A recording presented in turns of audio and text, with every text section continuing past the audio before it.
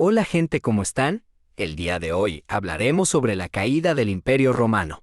Comencemos por una breve introducción. Después de un periodo de inestabilidad conocido como crisis del siglo III, 235-284, el Imperio Romano experimentó una etapa de recuperación, consolidación y cambios sociales y administrativos. A finales del siglo IV, el imperio se dividió en Occidente, que terminaría en el 476, y el de Oriente, que luego sería conocido como Imperio Bizantino y duraría 1000 años más. Uno de los eventos significativos de este periodo fueron las llamadas invasiones bárbaras, donde los pueblos germánicos, especialmente los hunos, irrumpieron en el imperio desde el norte, del Rin y Danubio. El fin del Imperio Romano de Occidente fue en el año 476, cuando Rómulo Augustulo, último emperador de Occidente, fue depuesto por Odoacro, líder visigodo. La caída de Roma no fue repentina, fue un proceso que poco a poco la agotaría perdiendo sus territorios de uno en uno. Además, la crisis económica constante, el debilitamiento militar, las invasiones bárbaras, etc., fueron determinantes para la caída de Roma. Ahora haremos un repaso rápido por la crisis del siglo III, luego entraremos en el Bajo Imperio en sí, pasando por la tetrarquía, la dinastía constantiniana, la dinastía valentiniana, y los últimos gobernantes de un imperio que, sin dudas, quedará en la historia como uno de los imperios más grandes de toda la historia. En el año 235, Alejandro Severo, el último de la dinastía de los Severos, fue asesinado por sus soldados, quienes nombraron emperador a Maximino el Tracio, 235-238. Y los últimos gobernantes de un imperio que, sin dudas, quedará en la historia como uno de los imperios más grandes de toda la historia. Durante los siguientes 50 años, distintos destacamentos militares siguieron esta costumbre y nombraron emperador a su general. Se considera que este periodo se cerró con la llegada al trono de Diocleciano, en el 284, cuando el Estado romano consiguió controlar la iniciativa de los ejércitos a la hora de coronar a los generales. Esta crisis derivó en otra serie de crisis, la militar, la económica y la religiosa. La multiplicidad de emperadores y la facilidad con la que se llegaba a este cargo, devaluaron tanto el cargo que, entre los años 235 y 284, no se pudo consolidar ninguna dinastía, sino que cualquiera que contara con un ejército podía llegar al trono. En estos 50 años, los emperadores intentaron ganarse la confianza del pueblo, pero no lo lograron en absoluto. La defensa al pueblo romano, entre 235 y 284, estos pueblos atacaron a más no poder el imperio, debilitándolo aún más. El restablecimiento de la seguridad de las fronteras se acaparó de dos maneras: mejorando el sistema defensivo y mediante campañas militares para devolver a los invasores en el Rin Danubio. Esto funcionó, pero no fue suficiente para parar las invasiones. El común denominador de la crisis económica a lo largo del siglo III fue la devaluación de la moneda. Las necesidades de los emperadores eran muy elevadas y tenían que pagar a sus tropas. Para esto, se bajó el porcentaje de plata en las monedas, lo que derivó en una hiperinflación, que sería controlada finalmente por Diocleciano. Muchos emperadores intentaron crear sus propias monedas, pero cada vez bajaba más el porcentaje de oro en las monedas, cosa que al pueblo no le beneficiaba. Durante los 50 años que duró este imperio convulso, entre el pueblo romano, se produjo un gran desencanto en lo religioso. Esto debido a que la imagen de Dios que se tenía del emperador poco a poco se iría disminuyendo. La reacción del emperador de cara a esta crisis religiosa fue reforzar el culto imperial con aspectos nuevos que tendían a recordar el aspecto semidivino de los monarcas, pero no funcionó. Fue un sistema de gobierno implementado por el emperador Diocleciano en el año 293 después de Cristo. Este innovador sistema político buscaba resolver las inestabilidades territoriales, económicas y sociales que habían durante la crisis del siglo III. La tetrarquía marcó el fin de esta crisis y sentó bases para la futura división del imperio. Diocleciano, consciente de las dificultades para gobernar un imperio tan extenso, estableció la tetrarquía tras su ascenso al poder en 284 después de Cristo. En el 285 después de Cristo, nombró a Maximiano como su cesar, y al año siguiente lo elevó a Augusto, dividiendo el imperio en dos para una mejor gestión.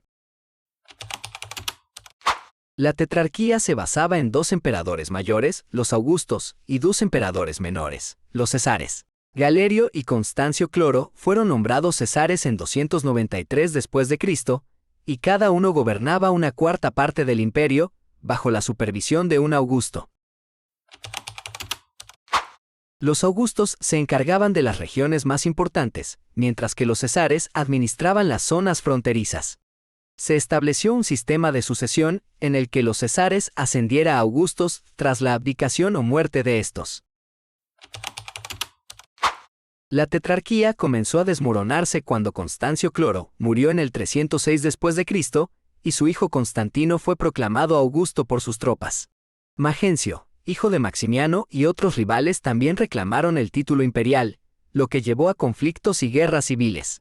Licinio y Constantino se convirtieron en los últimos Augustos tras una serie de guerras civiles, con Constantino finalmente derrotando a Licinio en el 324 después de Cristo y convirtiéndose en el único emperador. La dinastía constantiniana comienza con la asunción al poder de Constantino I, que hasta día de hoy tiene un legado muy vasto, y fue emperador de Roma desde el 306 hasta el 337 después de Cristo. Su nombre hace referencia al fundador de esta dinastía, Constantino I el Grande. Constantino pudo unificar el imperio tras años de luchas internas, y se convirtió en el único emperador tras derrotar a sus rivales.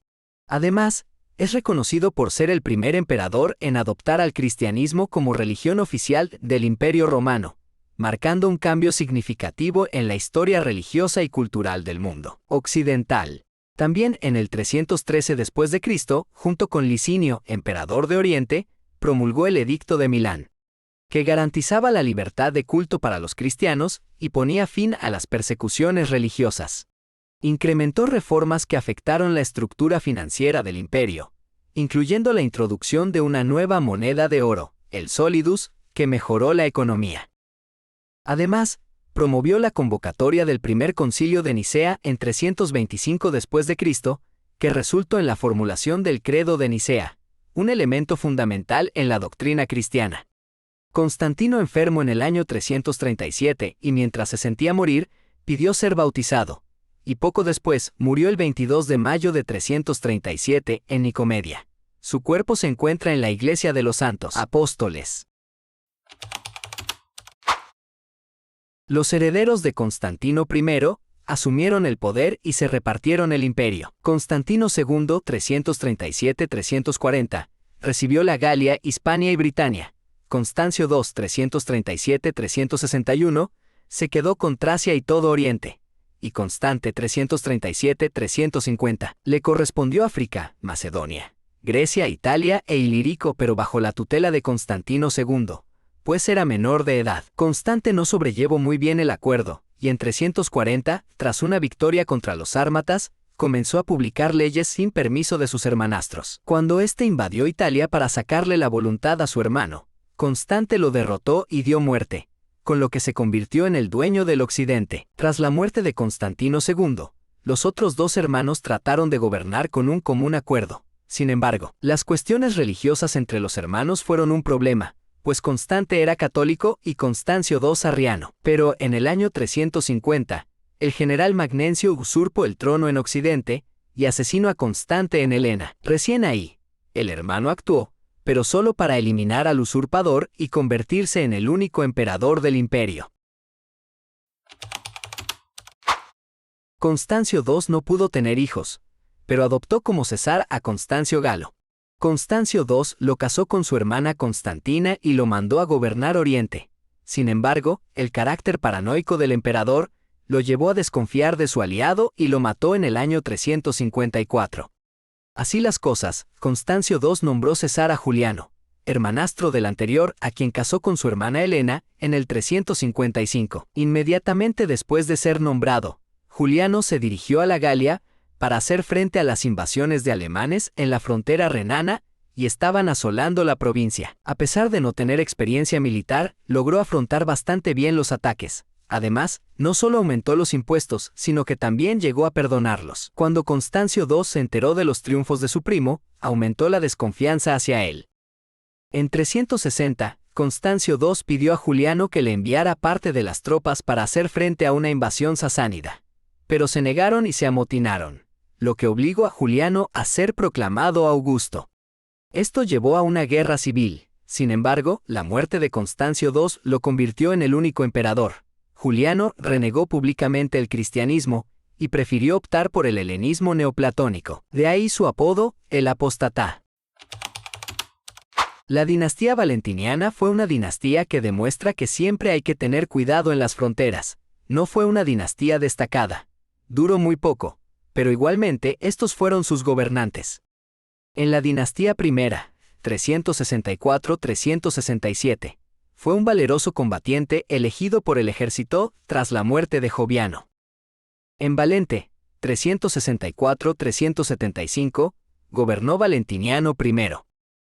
En Graciano, 375-383, gobernó Valentiniano II tras la muerte de su padre. Entre 455 y 476, el Imperio Romano de Occidente fue gobernado por un conjunto de emperadores electos, la mayoría de los cuales eran títeres de generales germánicos como Teodorico III, Ricimero y Gunde. Estos emperadores fueron Petronio Máximo 455, Eparquio Abito 455-457, Mayoriano 457-461, Livio Severo 461-465, Antemio 465-472, Olibrio 472, Glicerio 473-474, Julio Nepote 474-475. Sus reinados se caracterizaron por la inestabilidad política, tal y como se refleja en que 7 de los 9 gobernantes murieron asesinados o ejecutados. El último emperador fue Rómulo Augustulo, que subió al trono con 14 años. Este no fue reconocido por el emperador de Oriente, Zenón, y mandó al Érulo Odoacro. Ravenna cayó el 4 de septiembre de 476, pero el Érulo no mató al niño, sino que lo exilió en una fortaleza en la bahía de Nápoles.